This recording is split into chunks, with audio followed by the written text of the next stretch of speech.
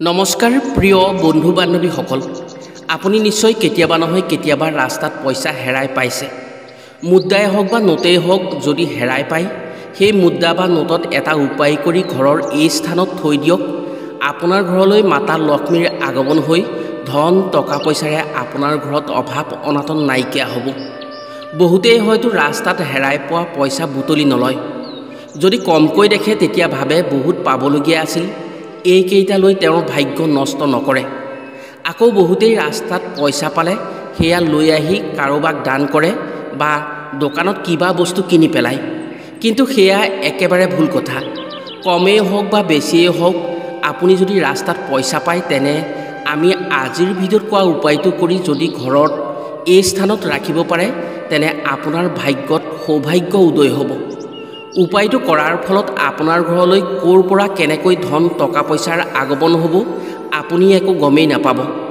যিকোনো দিশৰ পৰা লাভৰ পৰিমাণ বৃদ্ধি হৈ আপোনাৰ ঘৰত টকাই টকা আহি ভৰি পৰিব আপোনাৰ ঘৰত থকা ধনৰ বাকচ।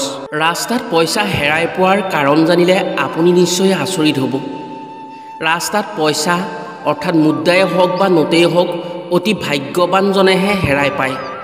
আজিৰ ভিডিঅ'ত আমি আপোনাক জনাম ৰাস্তাত পইচা কিয় হেৰাই পায়, ৰাস্তাত পইচা হেৰাই পোৱাৰ সৌভাগ্য নে দুৰ্ভাগ্য, ৰাস্তাত মুদ্ৰা বা নোট হেৰাই পালে মনে মনে ঘৰলৈ আনি কি উপায় কৰি কোন স্থানত ৰাখিব পাৰিলে সেই ব্যক্তিৰ জীৱনত সৌভাগ্য উদয় হৈ ধন টকা পইচাৰে সমৃদ্ধিশালী হয় সেইজন ব্যক্তি। আপুনি যদি ৰাস্তাত এটকাও পৰি থকা দেখে তেনে তৎক্ষণাত বুটলি লৈ আনি ঘৰৰ এটা উপায় কৰি ঘৰৰ এটা স্থানত ৰাখিব পাৰিলে খুব কম দিনৰ ভিতৰত কোটিপতি হোৱাৰ সুযোগ পাব আপুনি। সেয়েহে আজিৰ ভিডিঅ'টো আপুনি সম্পূৰ্ণকৈ চাওক আৰু কেতিয়াবা যদি ৰাস্তাত পৰি থকা এটা মুদ্ৰা পায় তেনে লৈ আহি আমি আজিৰ ভিডিঅ'ত কোৱা উপায়টো কৰি এটা স্থানত ৰাখক। আপোনাৰ ভাগ্যৰ চমৎকাৰ দেখি আপুনি নিজেই আচৰিত হ'ব। গতিকে আজিৰ ভিডিঅ'টো আপুনি নিশ্চয় চালে উপকৃত হ'ব পাৰিব। প্ৰিয় বন্ধু বান্ধৱীসকল, তেনে জানো আহক ৰাস্তাত পইচা কিয় হেৰাই পায় বা পইচা হেৰাই পালে কি সংকেত সূচায় আৰু সেই পইচাত কি উপায় কৰিব পাৰিলে মাতা লক্ষ্মী অতি প্ৰসন্ন হয়, ব্যক্তিৰ জীৱনত ধন টকা পইচাৰ অভাৱ অনাটন দূৰ হৈ সমৃদ্ধিশালী হয়। কথাখিনি কোৱাৰ আগতেই আপোনাক এটি সৰু অনুৰোধ জনাওঁ। ভিডিঅ'টো যদি ভাল পায় তেনে এটা লাইক কৰাৰ লগতে কমেণ্ট বক্সত মাতা লক্ষ্মীক ভক্তি কৰি জয় মা লক্ষ্মী বুলি লিখিবলৈ কেতিয়াও নাপাহৰিব।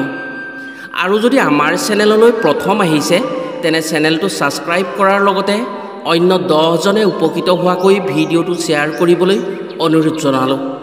আপুনি হয়তো কেতিয়াবা নহয় কেতিয়াবা এটকা হ'লেও পইচা হেৰাই পাইছে। আচলতে হেৰাই পোৱা এইটো কয় যিটো গৰাকীবিহীনভাৱে পোৱা হয়।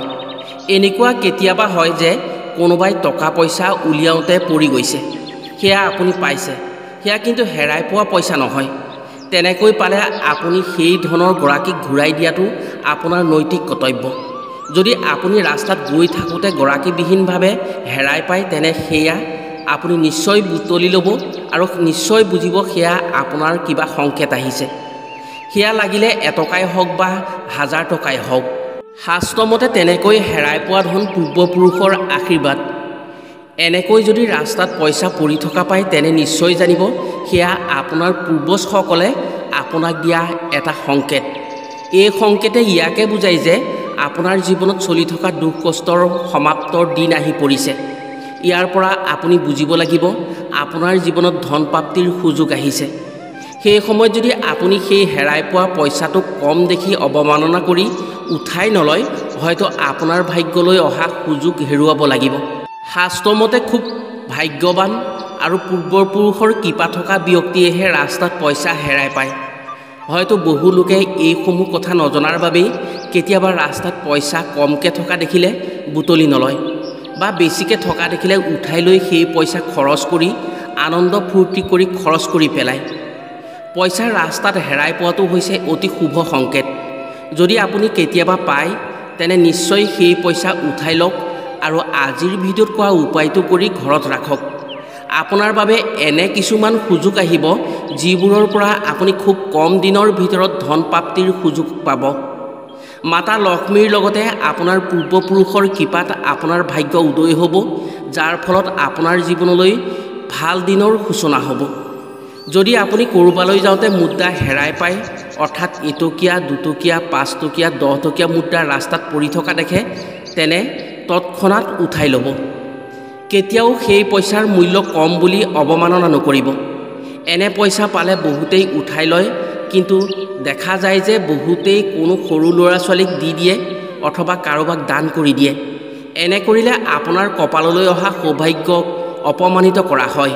ইয়াৰ বিপৰীতে যদি আপুনি পইচাটো উঠাই লৈ আনি ভক্তিভাৱেৰে ঘৰত ৰাখিব পাৰে, তেনে নিশ্চয় সুফল পাব। যদি আপুনি ৰাস্তাত এটকীয়া বা দুটকীয়া মুদ্ৰা হেৰাই পায়, সেই পইচাটো কেতিয়াও এৰি থৈ নাহিব।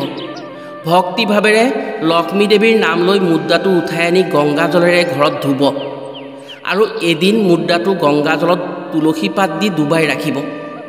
পিছদিনা সেন্দুৰ বা হালধি সানি সেই পইচাটো আপোনাৰ ঘৰৰ গোসাঁই ঘৰত ৰাখক বা আপোনাৰ ঘৰত য'ত পইচা ৰাখে সেই স্থানত ৰাখক। যদি এনেকৈ খৰচ নকৰাকৈ মুদ্ৰাটো ৰাখিব পাৰে, তেনে আপোনাৰ ঘৰলৈ ধন টকা পইচাৰ আগমন হ'ব। আপুনি যি উপায় কৰি পইচাটো গোসাঁই ঘৰত বা ঘৰত পইচা থোৱা বাকচত ৰাখে, সেই উপায়ৰ জৰিয়তে মাতা লক্ষ্মী অতি প্ৰসন্ন হ'ব আৰু পূৰ্বপুৰুষৰ আশীৰ্বাদ আপোনাৰ লগত থাকিব। আপোনাৰ ভাগ্যত সৌভাগ্যৰ দুৱাৰ মুকলি হ'ব, যাৰ ফলত আপোনাৰ ঘৰলৈ যিকোনো প্ৰকাৰে ধন টকা পইচাৰ আগমন হ'ব। আপুনি যি কামেই নকৰক কিয়, সকলোতে লাভৰ পৰিমাণ বেছি হ'ব। আপুনি খুব কম দিনৰ ভিতৰত ধন টকা পইচাৰে চহকী হ'ব পাৰিব। বিশেষকৈ ব্যৱসায় বাণিজ্য কৰা লোকসকলে যদি ৰাস্তাত হেৰাই পোৱা এটা মুদ্ৰা এই উপায় কৰি ব্যৱসায় প্ৰতিষ্ঠানত ধনৰ বাকচত ৰাখিব পাৰে, তেনে সেই ব্যৱসায়ত লাভৰ পৰিমাণ বেছি হয়। আপুনি যদি ব্যৱসায় বাণিজ্য নকৰে, তেনে আপোনাৰ গোসাঁই ঘৰত বা পইচা থোৱা বাকচত নিশ্চয় ৰাখক এনেকৈ হেৰাই পোৱা ধনৰ এটকীয়া বা দুটকীয়া মুদ্ৰাটো এই উপায় কৰি। ইয়াৰ প্ৰমাণ খুব কম দিনৰ ভিতৰত পাবলৈ সক্ষম হ'ব। শাস্ত্ৰমতে লক্ষ্মী দেৱী হৈছে অতি চঞ্চল।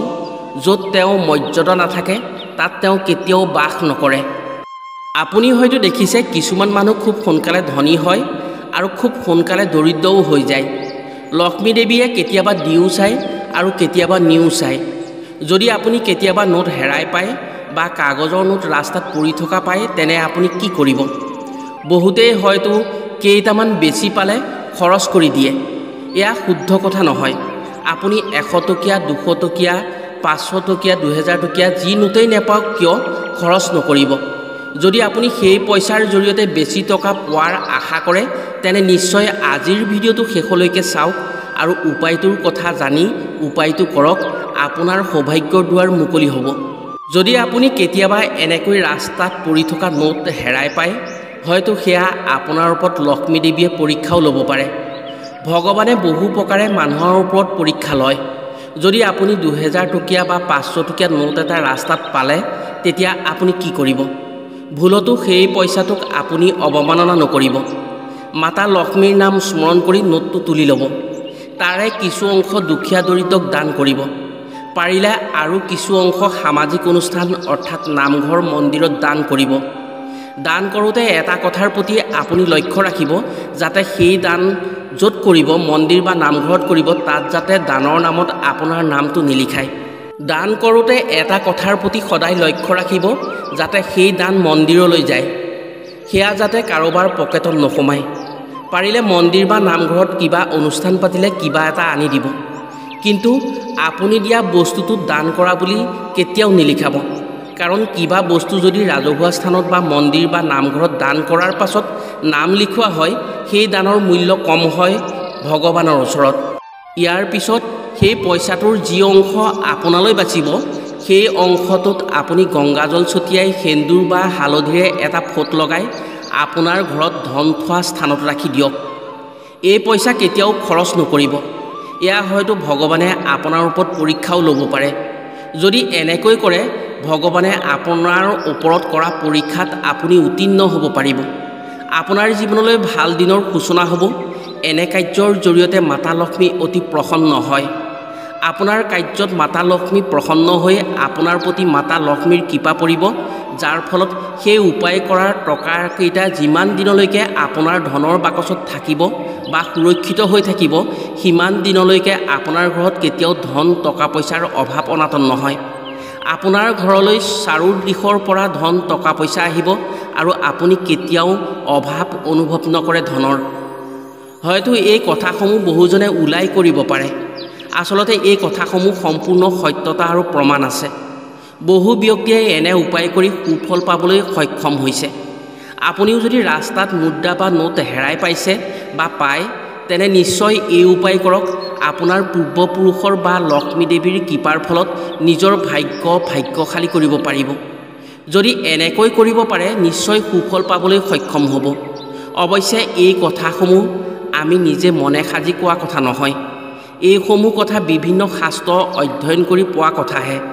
যদি বিশ্বাস কৰে কৰিব পাৰে, আৰু যদি বিশ্বাস নকৰে তেনে নকৰিব পাৰে।